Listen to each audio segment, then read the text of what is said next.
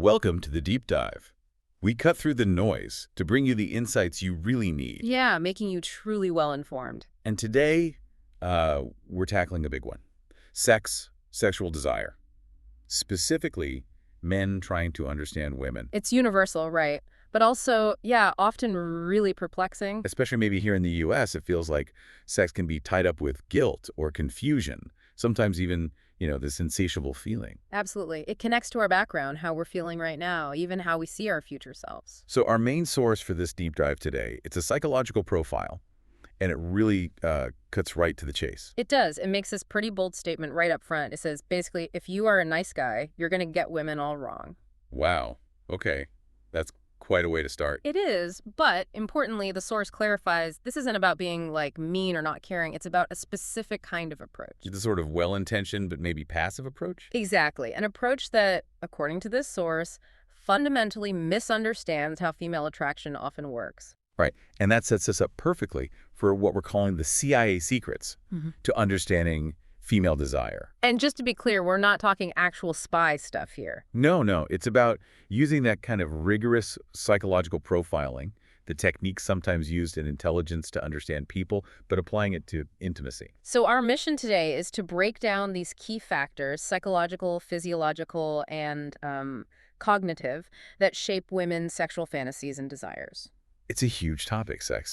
But we're focusing on, let's say, practical insights, almost like recipes. Recipes, yeah, that's a good way to put it. For men to understand women better, specifically in a romantic context. And you mentioned those three factors. Yeah. Psychological, physiological, cognitive. Right. And this is crucial. For women, desire isn't just one thing. It's this really intricate mix of those three. So psychological is how she sees herself, her feelings, past experiences with sex. Yeah, her whole inner landscape regarding sex. Then physiological is, the body's physical response. Got it. And cognitive is the thinking part, how her mind processes it all. Exactly. The logic, the understanding, the narrative she builds around desire. Okay, so three parts. But what's really key here? What the source really stresses is that for women, these three aren't necessarily in a fixed order. They're equally important and even interchangeable. Interchangeable. How so? Meaning the path to desire might start with a thought for one woman, a feeling for another, or a physical sensation. And that starting point can change for the same woman over her life. Huh. That's very different from the typical male experience, right? Yeah. Where the physiological often seems to kick in first. Precisely. For many men, it's often physical response, then maybe the deeper cognitive or psychological stuff follows. That difference right there is apparently a major source of confusion and conflict. Okay, so understanding that interplay, that trio, as you called it, is step one. Step one. And step two, to really get the insights from this source, is diving into these 5 psychological archetypes it lays out. Archetypes. Huh. To help understand the diversity in women's fantasies. Exactly. Because, as the source insists, not all women are the same.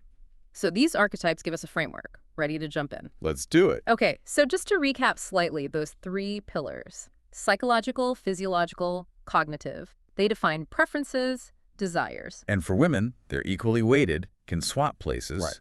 Unlike for men, where physiological is often primary. Right.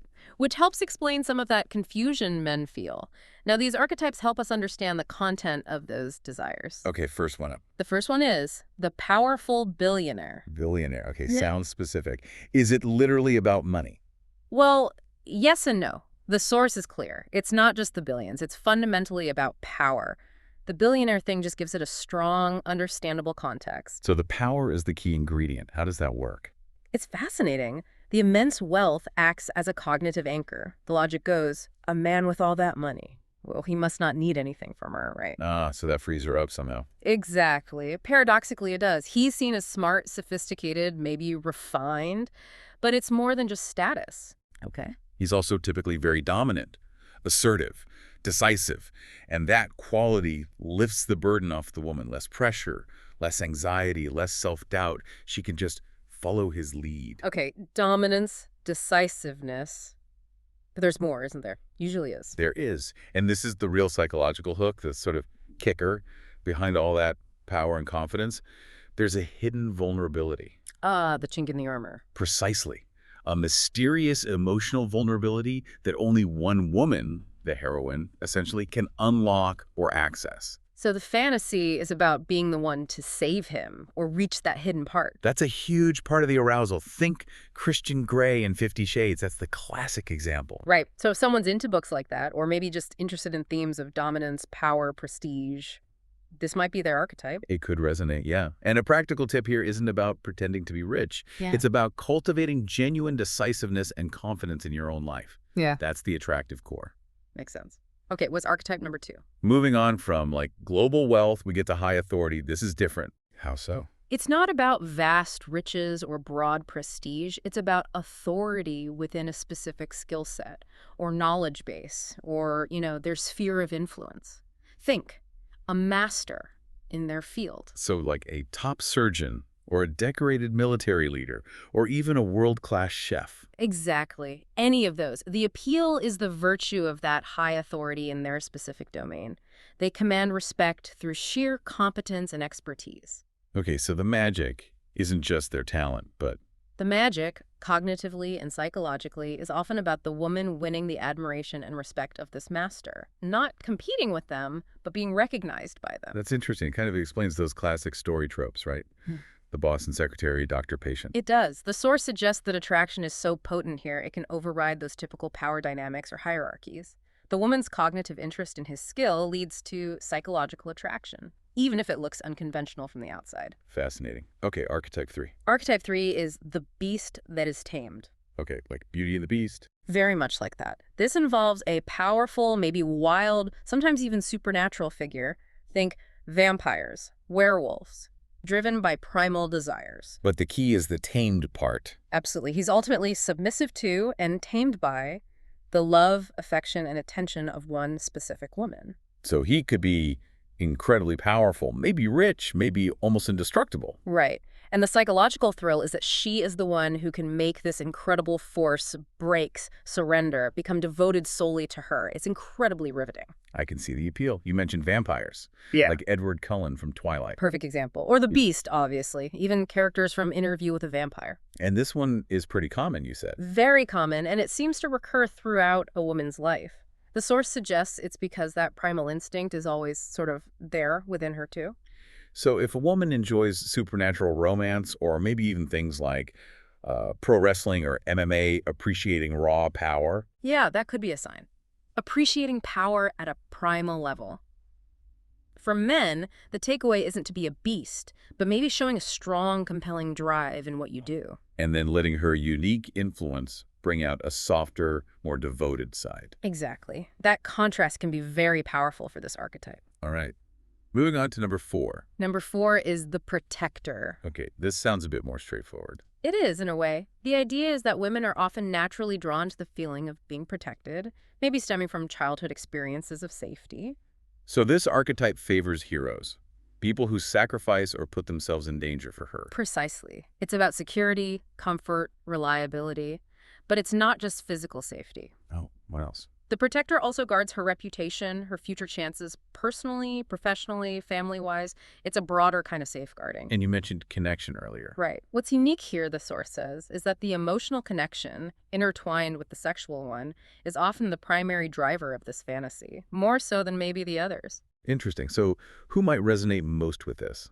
Often, women who are in a more vulnerable place, maybe between jobs, feeling self-doubt, going through big life changes like kids leaving home or having a baby, body changes, aging. Times when that feeling of security is especially needed. Exactly. Think classic bodyguards, soldiers, spies shielding the heroine. And practically, for a man, it's about being reliable. Demonstrating reliability, absolutely. Even just stepping up and confidently handling a stressful situation or a tricky logistical detail can be really attractive to this archetype, taking charge in a protective way. Got it. Okay, one more archetype left. The fifth and final one is the mysterious man, emotionally distant man. And this one, the source notes, is the rarest. Rarest, why is that?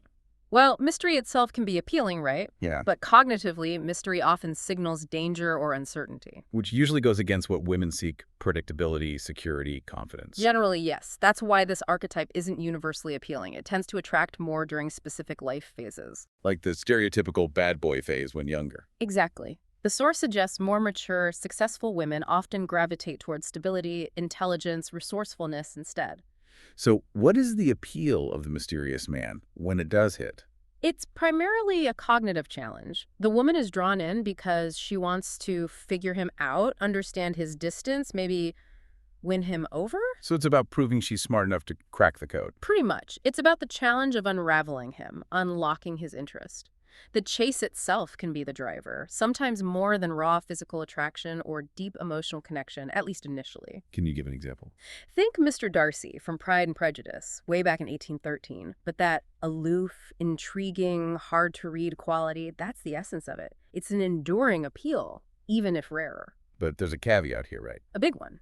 The source strongly advises men not to force this. If it's not your natural style, don't try to fake being mysterious or distant. Because the other four archetypes are more common, more powerful for building real connection. Exactly. Stick to what feels authentic and aligns with those more prevalent archetypes. Okay, so those five archetypes help define what the flavor of the fantasy, but you said there's also the how. Right.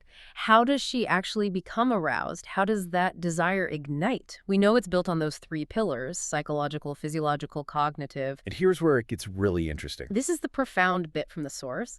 Often, women don't know their own recipe for arousal. Don't know their own recipe, meaning... It's meaning each woman is like her own unique magic potion, right? Ah. A special mix of those three elements, but the exact proportions, the trigger points, she might not consciously know them herself. Wow. Okay, Yeah. so how do we even begin to understand This that? brings us to a key concept the source uses, borrowed from intelligence analysis apparently: concordance. Concordance. What does that mean in this context? It's basically the order of operations.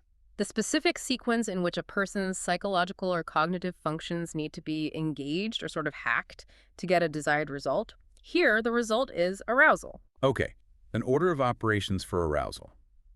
How does it differ between men and women? Well, for most men, the source says concordance is pretty simple, almost universal. Like we discussed. See something appealing, physiological response kicks in, boom, arousal. Yeah, a very predictable, concordant process, usually starting with the visual or physiological. For women. Highly individual and often unknown even to them. The order can vary wildly. Can you give some examples of different female concordance patterns? Sure. For some women, it might start visually, like the male pattern, seeing erotic images or films could be the first step, leading to physiological response. Okay, so visual first is one possibility. Another is sensory first.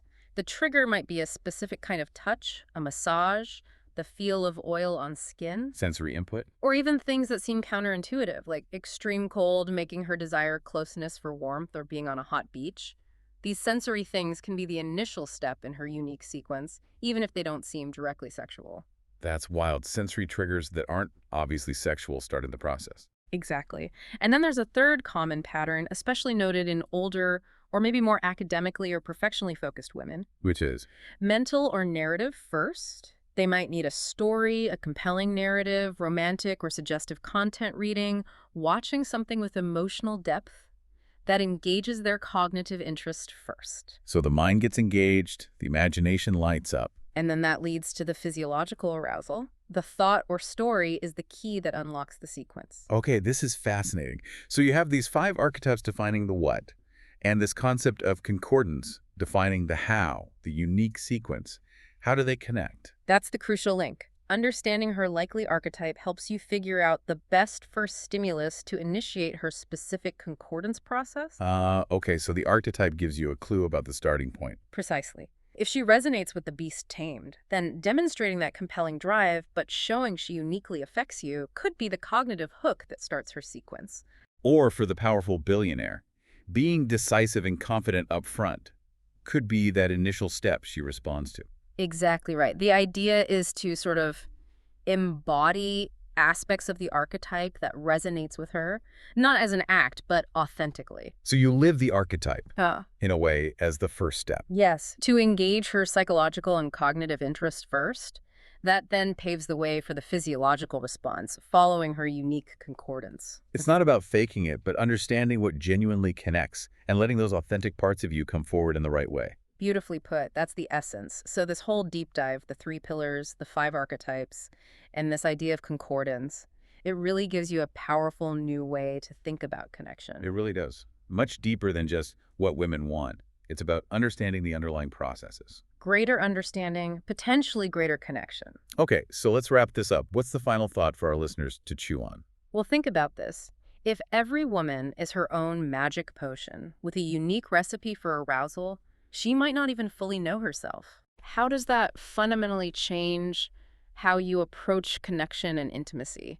Not just romantically, but maybe in all human understanding. What does it suggest about the constant journey of discovery in our relationships? Exactly, something to mull over. Definitely something to think about. Yeah. Thanks for breaking that all down. My pleasure. It's fascinating stuff. Join us next time for another deep dive.